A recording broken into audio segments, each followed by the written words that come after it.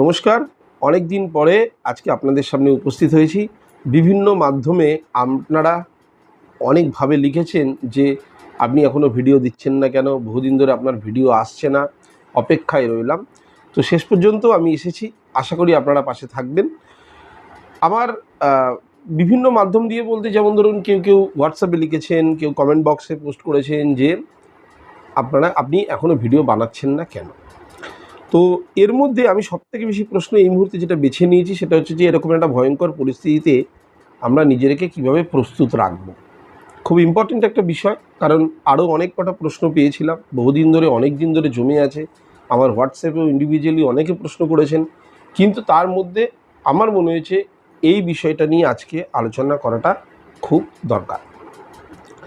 দেখুন, এই যে প্রশ্নটা, যে এরকম একটা ভয়ঙ্কর পরিস্থিতিতে এতটা মার্কেট যখন পড়ে গেছে, তো সেখানে দাঁড়িয়ে আমাদের নিজেদেরকে কিভাবে আমরা তৈরি রাখবো যে আগামী দিনে কিভাবে কাজ করব তার জন্য। আমি শুধু এইটুকু বলবো, যারা পুরনো আছেন, যারা পুরনো অনেক দিন ধরে মার্কেটে কাজ করছেন, তাদেরকে এইটুকু বলবো যে তাদের এই প্রশ্নটা করা একদমই মানায় না। যারা মোটামুটি 2 বছর পুরনো হয়েছেন তাদেরকেও বলবো, তাদেরও এটা বলা একদমই মানায় না।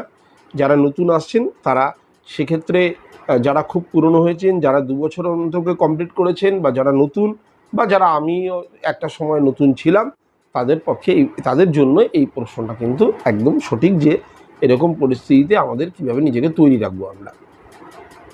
প্রথমত, মার্কেট একটা নিচের দিকে এসছে, অনেকটাই নিচের দিকে আসার পরে একটা জায়গায় এসে সে কিন্তু মোটামুটি তার মধ্যেই ঘোরাফেরা করছে, কারণ অনেকটা নিচে এসে গেছে।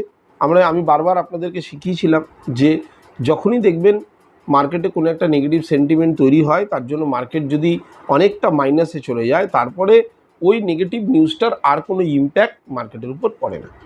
এটা প্রথম ব্যাপার। দ্বিতীয় ব্যাপার হচ্ছে, মার্কেটটা চলে কার উপরে? মার্কেটটা চলে হচ্ছে পুরোপুরি নিউজের উপরে। কারণ কখনো নিউজ পজিটিভ হয়, তো কখনো নিউজ নেগেটিভ হয়, কিন্তু আমরা দেখেছি বেশিরভাগ ক্ষেত্রে পজিটিভ নিউজটা খুব কম ইম্প্যাক্ট ফেলে মার্কেটের উপরে। হয়তো বেশ কিছুদিন বাড়লো, তারপর মানুষ যেহেতু প্রফিট বুকিং করতে শুরু করে, তো সেহেতু আবার নিচের দিকে চলে আসে। কিন্তু নেগেটিভ যে নিউজ, যে নেগেটিভ সেন্টিমেন্ট তৈরি হয়, তার ইম্প্যাক্ট কিন্তু মার্কেটে অনেক দিন ধরেই থাকে, বেশ কয়েকদিন ধরে। আমরা কোভিডে পেয়েছিলাম, ইন্ডিয়া পাকিস্তান ওয়ারে পেয়েছিলাম, আর এখন যেটা চলছে সেটার জন্য আমরা কিন্তু সেটা দেখতে পাচ্ছি। কিন্তু যারা অনেক পুরনো হয়েছেন মার্কেটে, যারা বছর দুয়েক হলেও কমপ্লিট করেছেন, যারা একদম নতুন, তাদেরকে এটা বুঝতে হবে যে মার্কেট পড়ে যাওয়া মানে আমরা সবসময় কি নিফটিকে ধরে বুঝতে পারি যে মার্কেট পড়ে যাচ্ছে, কিন্তু আমরা কজন আছি যে পার্টিকুলার কোনো একটা স্টক নিয়ে আলোচনা করি যে এই স্টকটা কিন্তু অনেক পড়ে গেছে। আমরা বলি বাজারে কিন্তু ভালো পতন হয়েছে, মার্কেট ক্র্যাশ করেছে, বা মার্কেটে ভালো রকম একটা কারেকশান এসছে। মনে রাখতে হবে, যখনই এই বিশ্ববাজারে বিভিন্ন রকম ঘটনা ঘটে চলেছে নিত্যদিন, তার মধ্যে কোনোটা খুব ছোট, তো কোনোটা খুব বড়। যখন কোনো বড় ঘটনা ঘটে, তার ফলে দেখা যায় যে মার্কেট পড়ে যাচ্ছে। এই মার্কেট পড়ে যাওয়ার সঙ্গে কিন্তু আপনি যে স্টকগুলো কিনেছেন বা যে স্টকগুলো লিস্টেড আছে শেয়ার বাজারে, তাদের কিন্তু প্রফিট অ্যান্ড লসে কিন্তু ইম্প্যাক্টটা পড়ে না। এটা মাথায় রাখতে হবে যে এই রাতারাতি ব্যালেন্স শিটে মনে হয় কোনো পরিবর্তন ঘটে গেল, এই কোম্পানিটা বোধহয় লসে চলে গেল, তা কিন্তু হয় না। সুতরাং মার্কেট যদি 500 পয়েন্ট, 1000 পয়েন্ট, 2000, 3000 পয়েন্ট পড়ে যায়, তাতে কিন্তু ওই কোম্পানির যে বিজনেসের যে স্ট্রাকচার, তার উপর কিন্তু কোনো নেগেটিভ ইম্প্যাক্টটা পড়ে না। সুতরাং কোম্পানির মতো করে চলছে। সুতরাং আমরা যারা বাজারের সঙ্গে যুক্ত আছি, তারা সবসময় মনে করি যে আমার যেটা পোর্টফোলিও তৈরি করা আছে সেটা অনেকটা নেগেটিভ হয়ে গেছে। একটা জিনিস বারবার মনে রাখবেন, শেয়ার বাজারে খেলাটা কিন্তু আপনি কতদিন হোল্ড করতে পারছেন। অবশ্যই আপনার সঠিক স্টক নির্বাচনটা তো দরকার, কারণ আমরা কম দামি স্টকে ঢুকে অনেকেই ফেসেছি, আপনারা নিজেরাও এই বিষয়ে অভিজ্ঞতা সঞ্চয় করেছেন। তবে আমি এইটুকুই বলবো যে যখনই কোনো স্টক আপনি, এখানে এই ভিডিওতে আমি ধরে নিলাম যে আপনারা যে স্টকসগুলো হোল্ড করছেন সেগুলো সব আপনারা বুঝে শুনেই কিনেছেন, তো সেই স্টকটা কেন পড়ছে না? মার্কেটে একটা নেগেটিভ সেন্টিমেন্ট তৈরি হয়েছে, তার জন্য আপনার পোর্টফোলিও নেগেটিভে যাচ্ছে। কিন্তু এই পোর্টফোলিওটা যতক্ষণ না আপনি সেল করছেন, এই পোর্টফোলিওতে থাকা যে স্টকসগুলো আপনার কাছে হোল্ডিংয়ে আছে সেগুলো যতক্ষণ না সেল করছেন ততক্ষণ কিন্তু আপনি লস বুক করছেন না বা প্রফিট বুক করছেন না। যেমন আমার পোর্টফোলিওতে কোনো একটা পার্টিকুলার শেয়ার যদি দেখায় যে সে 10% বা 20% গেন করেছে, সেটাকে যতক্ষণ না আমি প্রফিট বুক করব ততক্ষণ কিন্তু সেই টাকা আমি ঘরে তুলতে পারবো না। ঠিক সেরকমই যখনই আমি কোনো পোর্টফোলিওতে থাকা কোনো শেয়ার যদি নেগেটিভ দিকে যায় বা ঠিক উল্টোটা হয়, 10% থেকে 20% লসে রান করে, সেটাও কিন্তু যতক্ষণ না আমি সেল করব ততক্ষণ কিন্তু ওই লসটাকে আমি বুক করছি না, মানে লস কিন্তু আমি নিচ্ছি না। সুতরাং নিচে চলে এলো মানেই আমাকে মাথায় হাত দিয়ে বসে থাকতে হবে যে বাজার পড়ে যাচ্ছে, এমনটা কিন্তু নয়।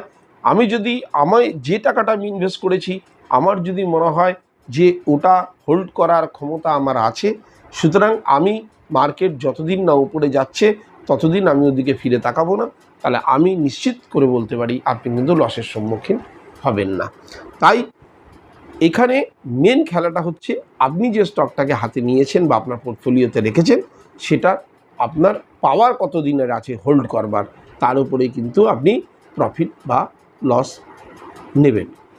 এখন কথা হচ্ছে অনেকেই আছেন যারা এই পড়ে যাওয়ার সময় এই সময়টাতে অনেকে স্টক কিনবার কথা ভাবছেন। সেক্ষেত্রে দেখা যাচ্ছে যে অনেক ভালো ভালো শেয়ার আছে যেগুলো ডিসকাউন্টে পাওয়া যায়।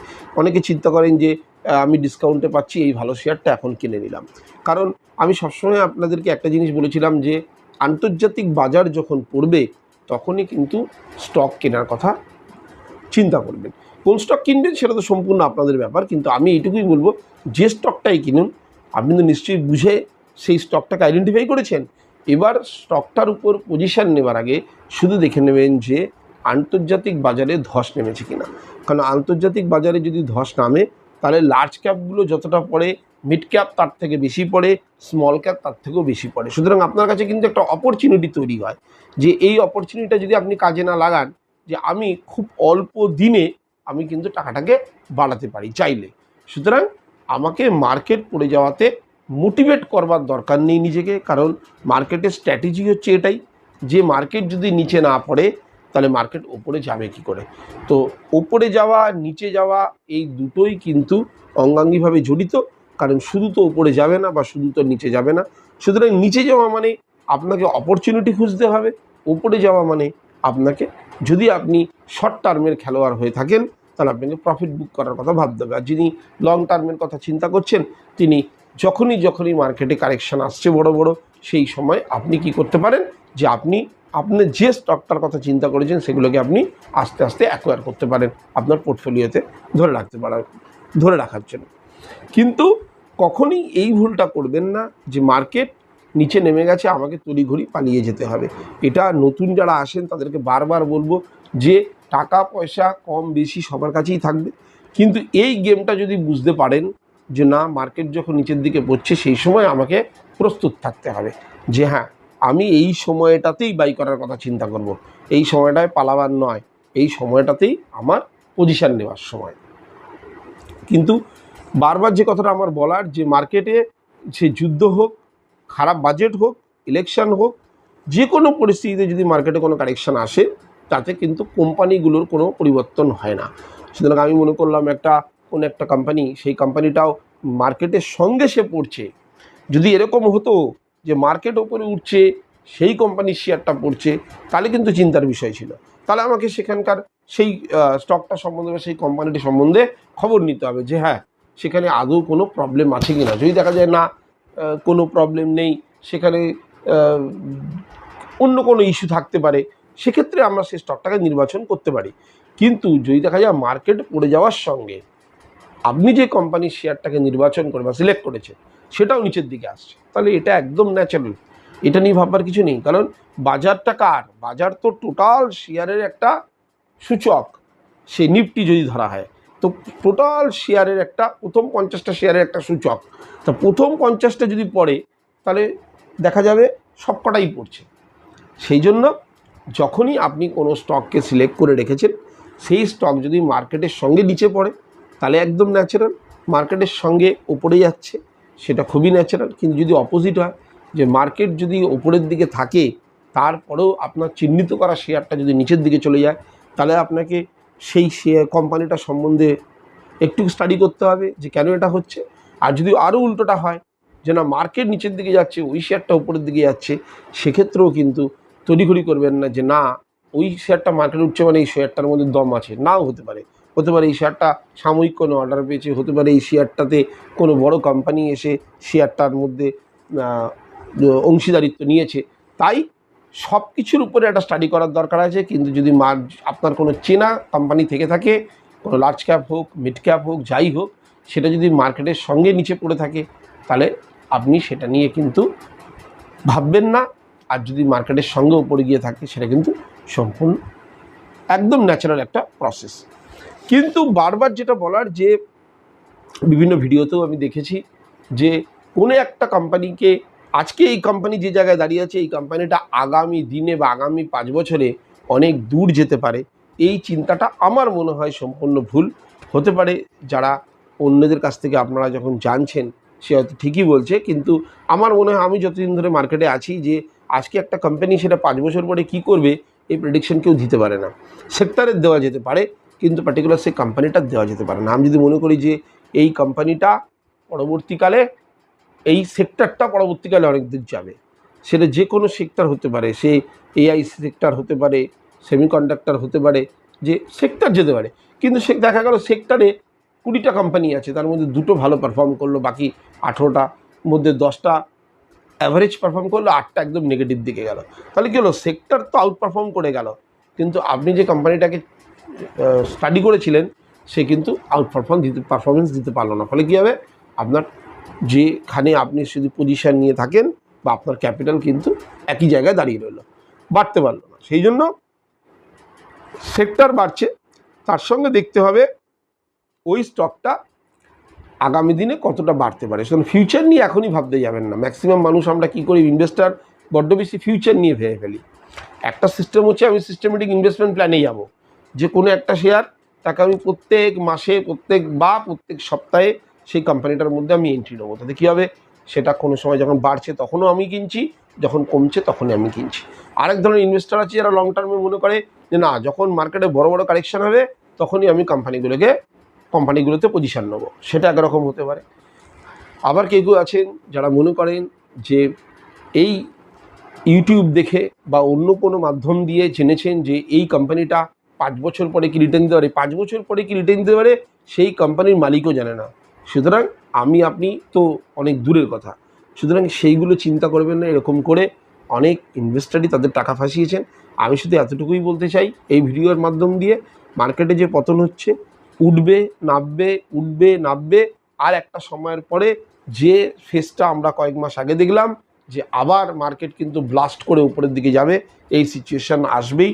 অনেকেই দেখেও নিয়েছেন সিচুয়েশানটাকে, মোটামুটি যারা 1 বছরের মধ্যে আছেন তারা দেখেছেন। তাই প্যানিক তৈরি করবেন না। মার্কেট আজকে উঠছে, গতকাল পড়েছে, এই সিস্টেম চলতে থাকবে। এরকম করতে করতে নিজের রেঞ্জটাকে ভেঙে আবার উপরের দিকে মুভ করবে। এই সময় যদি আপনার মনে হয় যে এই শেয়ারগুলো খুব ভালো একটা পজিশানে এসছে বা আপনার বেশ লোভনীয় একটা জায়গায় এসছে, অনেকটা কারেকশান ফেজে আছে এবং কারেকশান নিয়েওছে, কেউ 20%, কেউ 25% এরকম পড়েছে, বা কেউ 10% কম করে পড়েছে, তাহলে কিন্তু সেখানে আপনি আপনার পজিশান ক্রিয়েট করতে পারেন।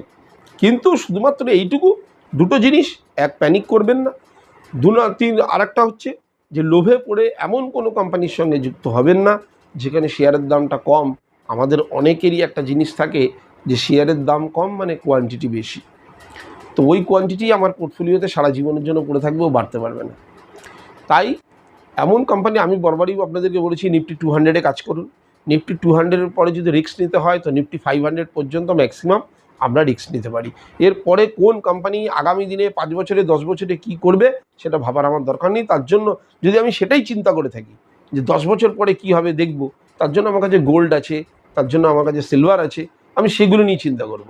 যেগুলোর মার্কেট যদি দেখা যায় লাস্ট 30 বছরের রেকর্ড যদি দেখেন তাহলে দেখবেন আস্তে আস্তে করে ওগুলো বেড়েইছে, বই কমেনি। তাই আমি শুধু ভিডিওটা বানাবার জন্য এই কারণেই বললাম, অনেকেই ভিডিওতে লিখেছিলেন যে এরকম একটা ভয়ঙ্কর পরিস্থিতিতে নিজেদেরকে মোটিভেট করব কী করে। কোনো প্রয়োজন নেই মোটিভেট করবার, রিল্যাক্স করুন। মার্কেট একটা বিজনেসের মতো, এই শেয়ার বাজারটা কি একটা বিজনেসের মতো, এখানে পুরো রিল্যাক্স করুন। যদি আপনি টেন্সড হয়ে পড়েন খুব টেনশানে কিন্তু আপনি ভুল করে ফেলবেন। আপনি দেখছেন মার্কেট পড়ছে, আপনার চেনাশোনা কতগুলো কোম্পানি আছে যেগুলোকে আপনি প্রাইসেই চিনে আছেন, সেগুলো নিচের দিকে এসছে, আপনি পজিশান নিতে পারেন।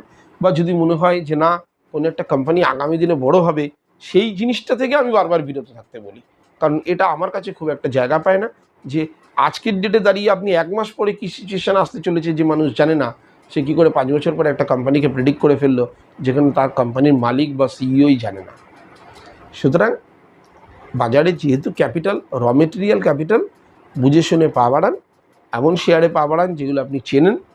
আর মার্কেট উঠবেই, হিস্ট্রি বলছে উঠেছে, আগামী দিনেও উঠে যাবে। আজকের জন্য এতটুকুই। শুধু এটুকু বলবো, অনেক দিন পরে এলাম। যারা আমার পুরনো সাবস্ক্রাইবার আছেন তারা যদি মনে করেন যে আবার আমরা একসাথে চলি, তাই পুরনোদের বলবো আবার আসুন, নতুন করে ভিডিওগুলো দেখুন, লাইক দিন, কমেন্ট করুন। নতুন যারা আসছেন তারা প্লিজ চ্যানেলটাকে সাবস্ক্রাইব করবেন, বেল আইকনটা দিয়ে রাখবেন, যখনই কোনো ভিডিও আমি আপলোড করব তার নোটিফিকেশান যেন আপনাদের কাছে পৌঁছে যাবে। আস্তে আস্তে যত ভিডিও এগোবে আমি আপনাদেরকে অনেক কিছু শেখাতে থাকবো, বলতে থাকবো। সেগুলো যদি আপনারা আস্তে আস্তে সব কিছু শেখেন, ভালো করে স্টাডি করেন, এডুকেশানটাকে গেন করেন, তাহলে দেখবেন আস্তে আস্তে আপনারাও মার্কেটে পারদর্শী হয়। মার্কেটটা হড়বড়ি করবার জিনিস নয়, এমন জিনিস নয় যেখানে আমি তাড়াহুড়ো করে কিছু করে ফেলতে পারবো। আমার হাতে কিছু নেই। আমার হাতে যেটা আছে যে আমি ঠিকঠাক জায়গায় পজিশান নেওয়া। আপনি বটম জানেন না, সুতরাং কেউ জানে না, আপনি কেন, কেউ জানেন না, আপনি টপ জানেন না, তো রাস্তায় এসে রাস্তায় বেরোনোটাই আমাদের কাজ। তাহলে আমরা কি করব, রাস্তার নিচে আসবো, একদম শেষের দিকে আসবো, আর ওপরের দিকে যতটা সম্ভব সেখানে আমরা বিক্রি করার চেষ্টা করব। আজকের জন্য এতটুকুই। পুরো ভিডিও যারা দেখলেন তাদেরকে অসংখ্য ধন্যবাদ। দেখা হবে আবার আগামী ভিডিওতে। নমস্কার।